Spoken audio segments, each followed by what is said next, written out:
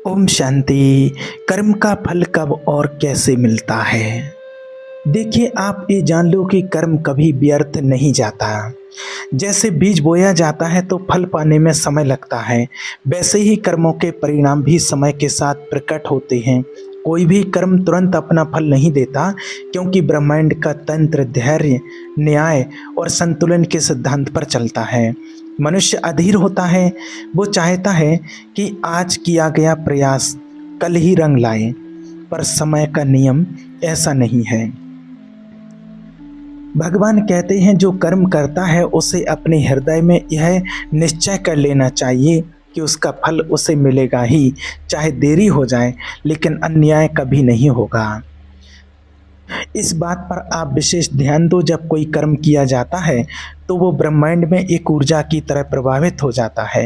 ये ऊर्जा कारण और परिणाम के जाल में प्रवेश करती है, और फिर जब समय उपयुक्त होता है वो लौटकर उसी के जीवन में अपना असर दिखाती है।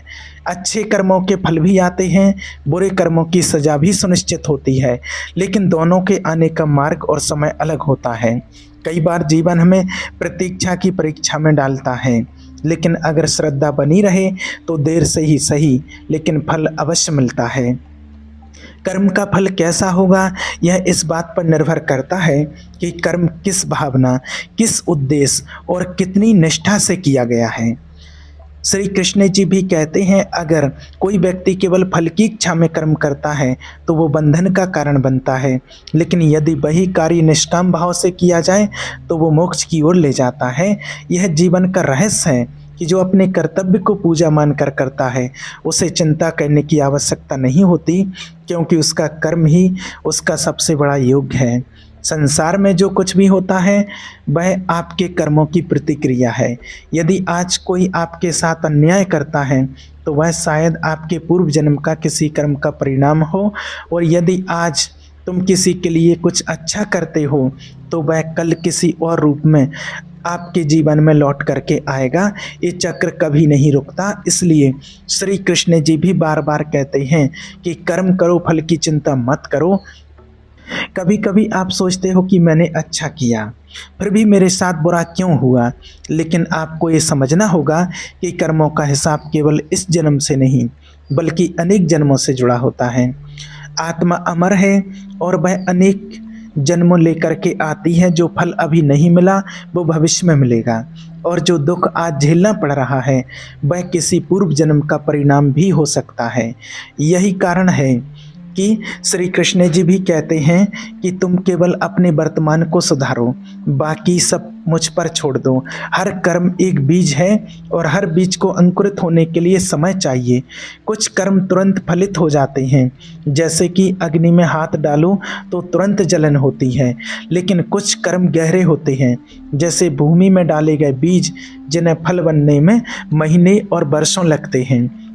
आप सोचते हो कि ईश्वर चुप है, लेकिन वो हर कर्म का लेखा जोखा रखता है। जब समय आता है तब वह उस कर्म के अनुसार न्याय करते हैं। उस न्याय में कभी चूक नहीं होती। मनुष्य जब छल करता है, झूठ बोलता है या किसी को कष्ट देता है तो शायद उस क्षण उसे कुछ नजर ना आए, लेकिन अंदर ही अंदर उसका भविष्य बदल रहा होता है। और जब उसका समय आता है तब वो समझता है कि उसने जो बोया था वही अब काट रहा है। यही गीता का सार है। कर्म कभी किसी से बचता नहीं और ना ही उसका फल टलता है, केवल समय ही उसका मार्गदर्शक होता है। कर्मों का फल कैसे मिलता है? देखिए, वो तो कई रूपों में आता है। कभी रिश्तों के रूप में, कभी स्वास्थ्य के रूप में, कभी धन या प्रतिष्ठा के माध्यम से। जो आज किसी की सेवा करता है वह कल दूसरों से सम्मान पाता है। जो आज अपमानित करता है वह कल अकेला और तिरस्कृत होता है। यह जीवन एक दर्पण की तरह है, जैसा आप दोगे वैसा ही लौट कर पाओगे। और यही ईश्वर की हमारे लिए अमूल्य शिक्षा है कि जो कुछ भी तुम्हारे जीवन में घट रहा है वह तुम्हारे ही कर्मों की प्रतिध्वनि है। कर्म जब निष्कलंक होता है तो वह आशीर्वाद बनकर जीवन में उतरता है, लेकिन जब उसमें स्वार्थ, अहंकार और पाप होता है तब वो धीरे धीरे दुख का कारण बन जाता है। यही कारण है कि भगवान कहते हैं यदि तुम सत्य के पथ पर हो तो कठिनाइयाँ आएंगी जरूर, पर अंततः जीत तुम्हारी ही होगी। लेकिन यदि तुम अन्याय के सहारे आगे बढ़ते हो तो वह मार्ग ज़्यादा दूर नहीं जाएगा। इस जीवन में कोई भी क्षण ऐसा नहीं होता है जब हम कर्म ना कर रहे हों। यहाँ तक कि विचार भी एक प्रकार का कर्म है। आपके विचार ही आपके भाव बनाते हैं और बेभाव आपके कर्मों का स्वरूप तय करते हैं। इसलिए श्री कृष्ण जी ने गीता में स्पष्ट कहा, मनुष्य अपने विचारों से ही महान बनता है, या यदि विचार शुद्ध हैं तो कर्म भी सात्विक होंगे और फल भी पवित्र होगा। भविष्य में क्या होगा ये इस बात पर नहीं टिका कि आप कितनी पूजा करते हो, कितने व्रत रखते हो, बल्कि इस बात पर आधारित है कि तुम्हारे कर्म कितने ईमानदार, सच्चे और निष्कलंक हैं। कर्म ही असली भक्ति है, क्योंकि भगवान उसी को पसंद करते हैं जो कार्य में ईमानदारी और समर्पण दिखाता है। जो केवल शब्दों में भक्त है लेकिन कर्मों में अन्याय करता है, वह कभी ईश्वर की कृपा नहीं पा सकता है। याद रखना, जो व्यक्ति प्रतिदिन थोड़े थोड़े कर्मों को सजगता से करता है उसका जीवन धीरे धीरे प्रकाश से भर जाता है, क्योंकि ईश्वर को गति में श्रद्धा चाहिए, गति में विनम्रता चाहिए। चाहे आप कितना भी छोटा काम करो, अगर वो सच्चाई से किया गया तो उसका फल भी अमूल्य होगा। कर्म का फल तुम्हारी नियति से जुड़ा होता है और नियति कभी किसी का अपमान नहीं करती जो सच्चाई के मार्ग पर चलता है। हे मानव, जब तुम ये सोचते हो कि तुम्हारे जीवन में न्याय नहीं हो रहा, जब तुम्हारी मेहनत व्यर्थ लगने लगती है और जब ये महसूस करते हो कि शायद इस संसार में अच्छाई का कोई मूल्य नहीं बचा, तो उस क्षण याद करो ईश्वर को, क्योंकि वही है जो सब देखते हैं, वही है जो हर सांस, हर भावना और हर आंसू की गवाही बनते हैं। वो कभी चुप नहीं रहते, बस उसकी चुप्पी ही आपके धैर्य की परीक्षा बनती है। कई बार जीवन तुम्हें ऐसे मोड़ पर ले आता है जहाँ हर रास्ता बंद लगता है, जहाँ कोई सहारा नहीं दिखाई देता और आप थक जाते हो। अपने अच्छे कर्मों का बोझ उठाते उठाते आप रोते हो, गिड़गिड़ाते हो, हे भगवान, मैं तो सच्चा रहा, फिर भी मुझे दुख क्यों मिला। तब भगवान उत्तर देते हैं, हे प्रिय, तुम्हारा हर आंसू मेरे पास सुरक्षित है, तुम्हारे हर अच्छे कर्म का फल संचित हो रहा है। यह समय भी बीत जाएगा पर आपकी सच्चाई सदा अमर रहेगी। ध्यान से सुनिए, ये संसार तात्कालिक परिणाम नहीं देता। आपको जब लगता है कि सब हार गए, बस तुम बचे हो, वहीं से आपकी विजय का आरंभ होता है। जो व्यक्ति कर्म करते समय केवल फल के पीछे नहीं भागता, वह धीरे धीरे ईश्वर की कृपा के निकट पहुंचता है। श्री कृष्ण जी ने भी कहा है, जो ईश्वर में श्रद्धा रखता है और निडर होकर के अपने धर्म का पालन करता है, उसके लिए मैं स्वयं मार्ग बनाता हूँ। आप सोचते हो कि आपका कर्म छोटा है, शायद उसकी कोई कीमत नहीं होगी, लेकिन भगवान कभी कर्म के आकार को नहीं बल्कि उसकी भावना को देखते हैं। एक भूखे को एक रोटी देना, किसी दुखी के आंसू पोंछ देना, किसी अनजान की मदद कर देना, ये वो कर्म हैं जिनका फल आपको तभी नहीं बल्कि सदियों तक मिलता है। और जब आपको लगे कि कोई देख नहीं रहा, तब समझ लेना कि ईश्वर सबसे गहरी दृष्टि से सब कुछ देख रहे हैं। चुपचाप कई बार आपके अच्छे कर्मों का फल देर से आता है ताकि आप उसमें अहंकार ना पालो। ईश्वर चाहते हैं कि आपके भीतर नम्रता बनी रहे। वो आपको सफलता देते हैं पर पहले आपको सहनशील बनाता है। वो चाहते हैं कि जब आप फल पाओ तब तुम्हारा हृदय इतना विशाल हो कि तुम वह फल दूसरों में बांट सको। इसलिए वो आपके कर्मों का फल तभी देते हैं जब तुम उसे संभालने योग्य बनो। यह जीवन केवल लेने के लिए नहीं है, देने के लिए भी है। और जब आप बिना किसी अपेक्षा के कर्म करते हो, जब आप ये जानकर भी मदद करते हो कि वो तुम्हें कभी धन्यवाद नहीं देगा, तब आप वापस ईश्वर के समीप होते हो। याद रखना, कर्म तब दिव्य बनता है जब उसमें ना कोई स्वार्थ हो, ना कोई भय, बस प्रेम और श्रद्धा हो। सुनो, जब आपसे अन्याय होता है और आप फिर भी जवाब में न्याय करते हो, तब तुम्हारी आत्मा सबसे उज्जवल होती है। तुम्हारे उस क्षण को ब्रह्मांड दर्ज करता है और वह फल तुम्हारे लिए उस फल की शुरुआत बनता है जिसे कोई छीन नहीं सकता। कोई भी कष्ट, कोई भी तकलीफ व्यर्थ नहीं जाती। जब आप उसे ईश्वर के नाम पर सहते हो तो भगवान उस टाइम पर हर क्षण तुम्हारे साथ होते हैं, जब आप सच्चाई के लिए अकेले खड़े होते हो। यही कारण है कि जब अर्जुन रणभूमि में हिम्मत हार गए तब श्री कृष्ण जी ने उन्हें कर्म का रहस्य बताया कि यदि तुम अपने कर्तव्य से पीछे हटोगे तो भविष्य तुम्हें कभी क्षमा नहीं करेगा, और यदि तुम सच्चे भाव से लड़ोगे तब ये युद्ध केवल विजय नहीं, आपका आत्मिक उत्थान बन जाएगा। जीवन भी एक रणभूमि है और यहाँ हर कर्म एक तीर है जिसे या तो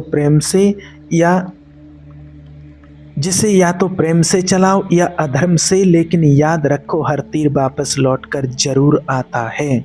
कभी ये मत समझो कि दुनिया नहीं दिख रही इसलिए जो चाहो वो कर लो। असल देखने वाला तो स्वयं आपके अंदर बैठी है, आपकी अंतरात्मा, और उसे कोई कर्म नहीं छिपता। जब आप किसी का दिल दुखाते हो वह भी एक कर्म है, और जब तुम किसी टूटे हुए को सहेजते हो वह भी एक कर्म है। फर्क बस इतना है कि पहला कर्म दुख बनकर लौटेगा और दूसरा सुकून बनकर। यदि आपका कर्म पवित्र है तो उसका फल आपको तभी मिलेगा जब वो आपके लिए सर्वोत्तम होगा। भगवान कभी आपके जीवन में कुछ जल्दी नहीं देते हैं, वो सब कुछ सही समय आने पर देते हैं। जो लोग धैर्य रखते हैं, जो अपने कामों पर अडिग रहते हैं, वे अंततः वो सब पाते हैं जो उनका होता है और उससे भी अधिक। भगवान कहते हैं, मेरे बच्चे यदि सच्चे मन से कर्म करते हैं तो मैं स्वयं उसके मार्ग की बाधाएं हटाता हूँ। हे साधक, तुम्हारे कर्म ही तुम्हारी आत्मा की पहचान है। आप जो करते हो वही तुम्हारे अंदर गूंजता है, वही आपकी ऊर्जा बनता है और वही आपको अगले पड़ाव तक ले जाता है। श्री कृष्ण जी ने भी स्पष्ट कहा है, प्रत्येक आत्मा अपनी यात्रा में उसी मार्ग पर आगे बढ़ती है जिससे उसके कर्मों ने निर्मित किया है। इसलिए जब आप ये जान लो कि आपके कर्म ही आपका मार्ग हैं तो फिर आपको दिशाहीन होने का भय कभी नहीं रहेगा। कर्मों का फल केवल सुख या दुख नहीं होता, बल्कि ये आत्मा के परिपक्वता में बदलता है। जब कोई व्यक्ति कष्ट सहकर भी सत्य पर अडिग रहता है तो वह केवल कर्म फल नहीं कमा रहा होता, वो अपने चित्त को शुद्ध कर रहा होता है। और जब चित्त निर्मल हो जाता है तब आत्मा ईश्वर से एकाकार होने की युग बन जाती है। यही वो गहराई है जिसे श्री कृष्ण ने गीता में कहा है, जो कर्म मैं भी आत्मा को देखता हूँ वही वास्तव में ज्ञानी है। परंतु ये मार्ग आसान नहीं है। आपको लगेगा कि दुनिया तो छल से आगे बढ़ रही है, लोग झूठ बोलकर सफल हो रहे हैं और तुम सत्य के मार्ग पर ठहरकर पीछे छूट रहे हो। उस समय आपका अंतर्मन डगमगाएगा। लेकिन एक बात हमेशा याद रखना, भगवान कहते हैं धैर्य रखो, क्योंकि अधर्म की गति तेज जरूर होती है लेकिन वह बहुत दूर तक नहीं जाती है। धर्म की गति धीमी हो सकती है लेकिन वो सदैव गंतव्य तक पहुंचती है। जब तुम्हें अपने कर्मों का फल इंतजार लंबा लगने लगे तो एक पल रुककर ये सोचो कि शायद भगवान तुम्हारे फल को और सुंदर बना रहे हैं। जैसे किसान बीज बोने के बाद तुरंत फल नहीं देखता, वह मौसम, धूप, वर्षा और समय का इंतजार करता है, वैसे ही आपके कर्म भी परिपक्व होकर भी फलित होते हैं।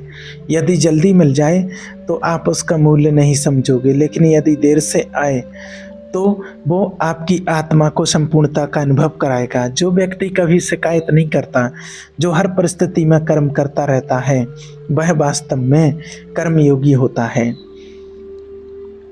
श्री कृष्ण जी ने भी गीता में अर्जुन से यही कहा था कि कर्म ही तुम्हारा धर्म है, बाकी सब मोह है।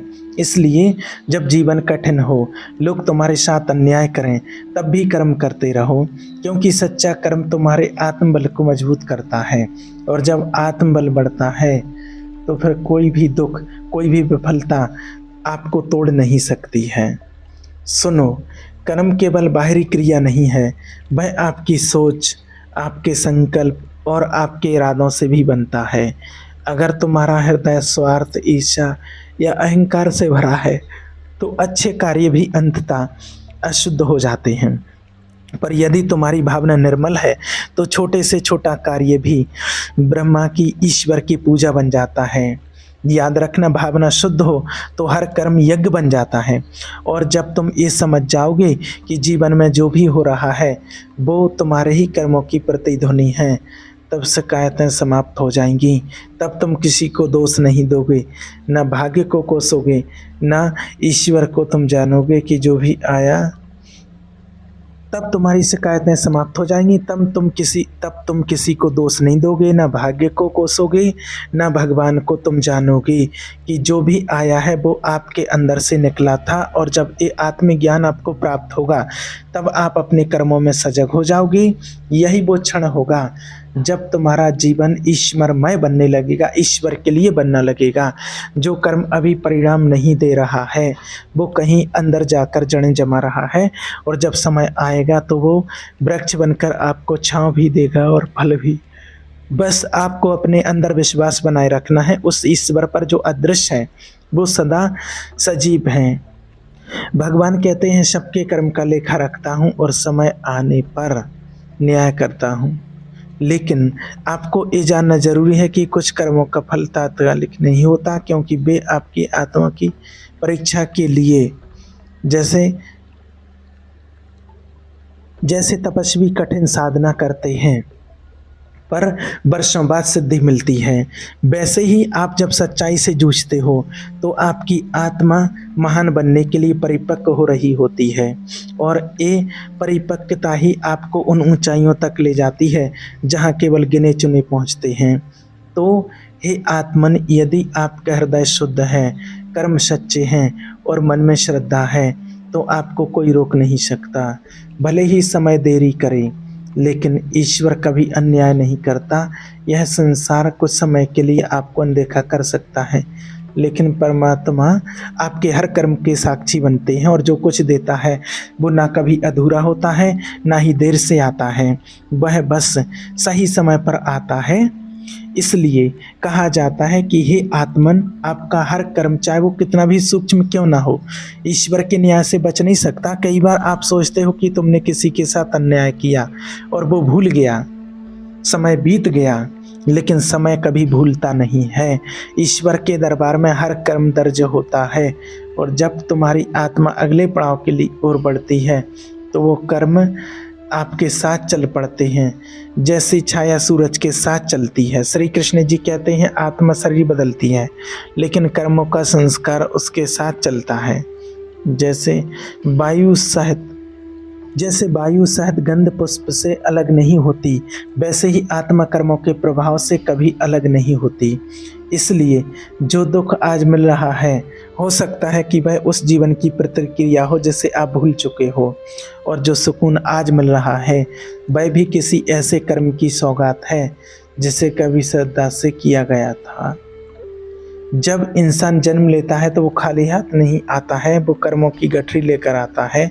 उसमें वो सब होता है जो उसने पहले किया था। किसी को बचपन से ही समृद्धि मिलती है, किसी को कष्ट, कोई बहुत बुद्धिमान होता है, कोई संघर्ष रक्त। यह अंतर ईश्वर की कृपा नहीं बल्कि कर्मों का परिपाक्य है। श्री कृष्ण की वाणी में स्पष्ट कहा गया है कि जो जैसा बोता है वो वैसा ही काटता है, चाहे जीवन बदल जाए, देह बदल जाए, पर कर्म का फल नहीं बदलता। इस बात का आप याद रखना। इसलिए जब आप ये समझ जाओगे कि तुम्हारे कामों का फल अगले जन्मों तक चलता है, तब आप सतर्क हो जाओगे। तब तुम ये सोचकर कोई बुरा काम नहीं करोगे कि अभी मुझे कोई देख नहीं रहा, क्योंकि देख तो रहा है वो ऊपर वाला जो आपकी आत्मा का स्वामी है, और वह आपको अगले जीवन में वही देगा जो तुमने इस जीवन में बोया है। मनुष्य जब कोई अच्छा कार्य करता है तो वो केवल अपनी जो तुमने इस जीवन में बोया है अगले जीवन में भी जन्म में वही मिलेगा। मनुष्य जब कोई अच्छा कार्य करता है तो वह केवल अपने वर्तमान को नहीं सुधारना, वह अपने भविष्य को रोशन करता है, और जब वह कोई पाप करता है तो वो अपने ही आने वाले कल को अंधेरे में धकेल देता है। यही कारण है कि श्री कृष्ण जी अर्जुन से कहते हैं, जो युद्ध धर्म के लिए हो वो पवित्र होता है, लेकिन जो कर्म स्वार्थ भय या क्रोध से किया जाए वह बंधन बन जाता है। यही जीवन केवल एक पड़ाव है, आत्मा की लंबी यात्रा का एक क्षण। आप इसे अंत मत समझो। यदि आप आज किसी से छल करोगे तो उसका फल आज नहीं आने वाले जीवन में मिलेगा, और यदि आज किसी की मदद करोगे तो वह मदद एक ऐसी ऊर्जा बन जाएगी जो हर जन्म में आपके साथ सुरक्षा के रूप में चलेगी। वो एक ऐसी ऊर्जा बन जाएगी जो हर जन्म में तुम्हारे साथ सुरक्षा के रूप में चलेगी। यह नियम अटल है, यही गीता का सार है। कर्म करो लेकिन सोच समझकर, क्योंकि वह सदा के लिए तुम्हारा बन जाता है। अब सोचो, अगर कर्मों का फल आने वाले जीवन तक साथ चलता है तो क्यों ना आज ही अपनी आत्मा को पवित्र कर लिया जाए। क्यों ना ऐसे कर्म किए जाएं जो जीवन के हर पड़ाव पर सहारा बने। जब आप किसी गरीब को अन्न देते हो, जब किसी उदास को मुस्कान देते हो, जब किसी टूटे को सहारा देते हो, तब आप केवल एक क्षण नहीं बल्कि आने वाले जन्मों को भी सुख से भर रहे होते हो। परंतु यदि आप ये सोचकर ही कर्म करने लगो कि फल मिलेगा तो वो निष्काम नहीं होगा। तो एक बात याद रखना कि जो केवल फल के लिए कार्य करता है वो बंध जाता है, लेकिन जो कर्तव्य को ईश्वर की सेवा मान करके करता है वो मुक्त हो जाता है। इसलिए आप कर्म करो जैसे पूजा करते हो, श्रद्धा से, समर्पण से, निस्वार्थ भाव से, तभी उसका फल ईश्वर की कृपा के रूप में आपके पास लौटेगा। जिनके जीवन में असहनीय पीड़ा आती है वो अक्सर पूछते हैं मैंने ऐसा क्या किया था, पर वो ये नहीं समझते हैं कि ये जीवन तो एक अध्याय है, पूरी पुस्तक नहीं। श्री कृष्ण चाहते हैं कि आप उस पुस्तक के हर पन्ने को शुद्ध करो, हर जन्म को इतना पावन बनाओ कि अंत में आप मुक्त हो सको कर्मों के बंधन से।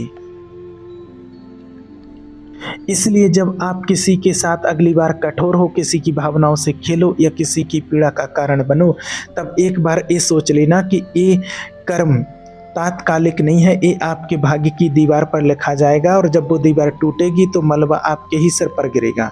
लेकिन यदि आप क्षमा करो, सेवा करो, सच्चाई से जियो, तो इस संसार ही नहीं ईश्वर भी आपको नमन करते हैं। याद रखना, कर्म का फल इस जन्म में ना मिले अगले जन्म में मिलेगा, और यदि अगले में भी ना मिले तो आत्मा की शांति के रूप में मिलेगा।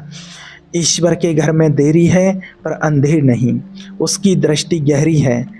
वो आपके मौन को भी सुनते हैं और आपके अदृश्य कर्मों को भी देखते हैं। इसलिए सच्चाई से डगमगाना नहीं, क्योंकि देर भले हो न्याय अवश्य होगा।